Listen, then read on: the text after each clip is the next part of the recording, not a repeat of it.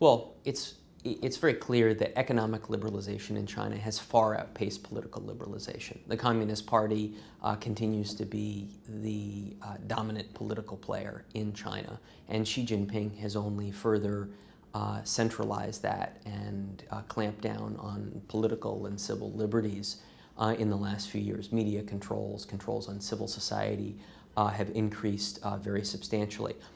There will come a point in the future, though nobody knows when, where that kind of single-party system with heavy controls on the media and information flows and civil society will constrain economic liberalization.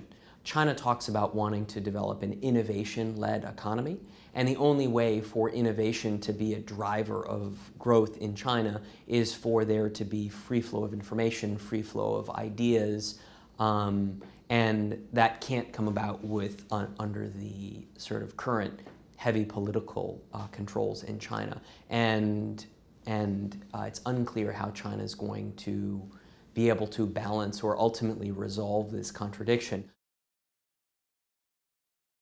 2017 is a big year in Chinese politics. It's one of the biggest in a decade, if not longer, because in the fall of next year, the Chinese Communist Party is going to have their party congress. This is the political event that happens every 5 years in which they change seats. And so if past practice is an indicator of future behavior, 5 of the 7 guys at the top will retire and they will have to be replaced. That's a 70% turnover. And then the 18 Politburo members below those 7, there will be a very substantial change. Upwards of maybe 60% of those 18 seats are going to change hands. So we're going to see a big turnover in the Chinese political system. And with that comes the prospect of policy change. My view is it's more of a mystery than a secret. Nobody really knows how this is all going to play out. The backroom jockeying in Beijing is really only getting underway now. And clearly Xi Jinping's top priority is to consolidate his political authority to carry out his top policy objectives, which include things like anti-corruption and generating more momentum in his economic reform program to rebalance the Chinese economy.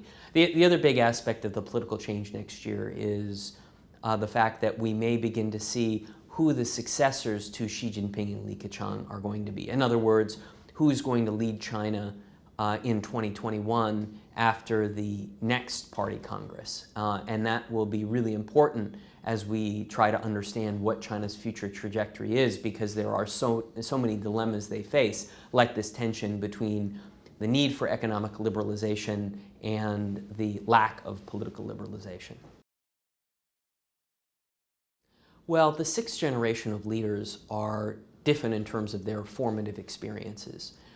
In other words, the current set of leaders grew up during the Cultural Revolution, which was a time of political chaos in China. The 6th generation of leaders grew up during the 1980s, which was the heyday of reform and opening. And they have seen China prosper since then. So their formative experiences are China integrating more with the world, China being more open to ideas and information, and China prospering. And the question is how does that shape their views about what should happen in China, and then what kind of role China should play globally? And that's a big open question. And I don't think we'll really begin to understand that for another 5 years, if not longer.